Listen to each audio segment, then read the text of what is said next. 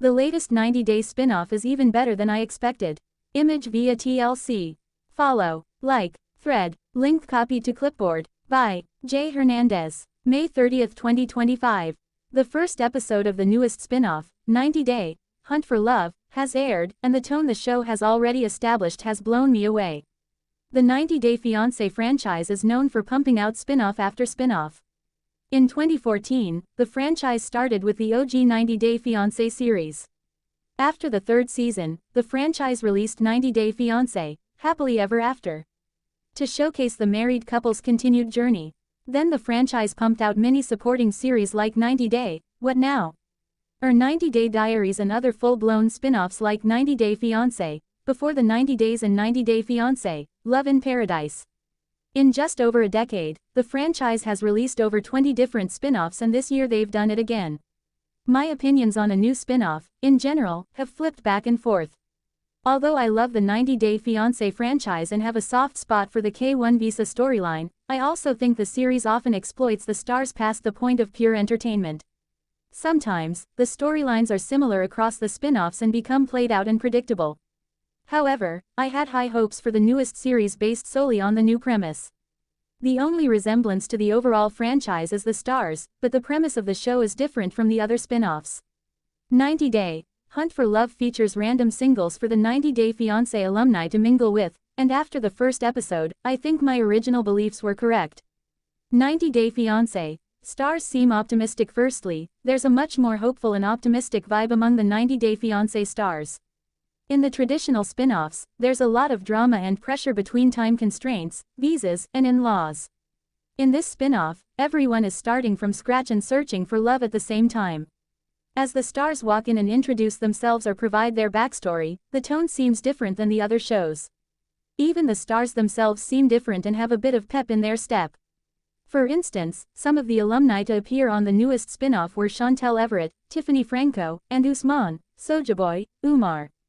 The last time those three stars appeared in the franchise, they weren't having the easiest time connecting and stepping into the dating world. Chantel tried dating another international man, but he couldn't get past the divorce. The same thing happened to Tiffany, as she tried dating on 90 Day, The Single Life, but none of the relationships panned out. Usman, on the other hand, was last seen with Kimberly Menzies back in Happily Ever After Season 7, when they broke off their engagement. Each of the stars has had a difficult time on the series, but I think they're much more open and willing to move past that in this new spin-off. Tiffany is hoping to find her man, but she's also going into the experience with no expectations, which I think shows a lot of growth. Similarly, Chantel is ready to move on from her divorce, and Usman has realized that if he wants children, he can't keep dating old women. I think the stars have shown a lot of growth and maturity so far, and it's only the beginning. However, while the vibes might be chill now, the premise leaves room for turmoil that the previous series don't showcase.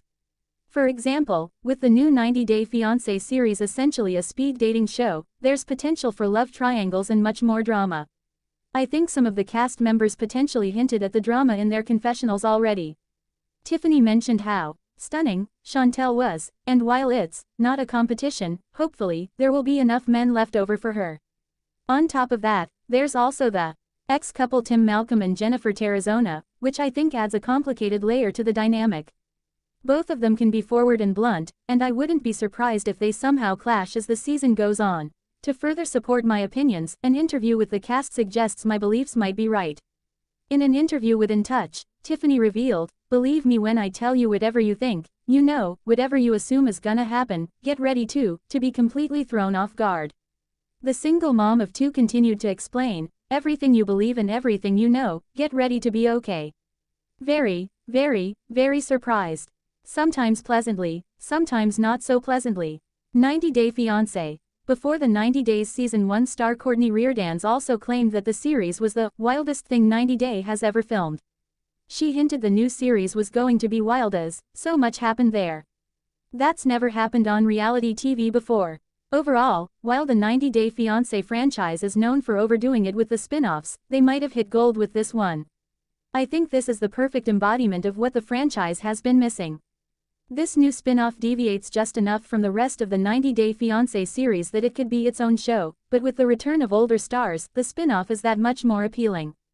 Although it is still very early in the release, I'm certainly looking forward to what the new spin-off has to unfold.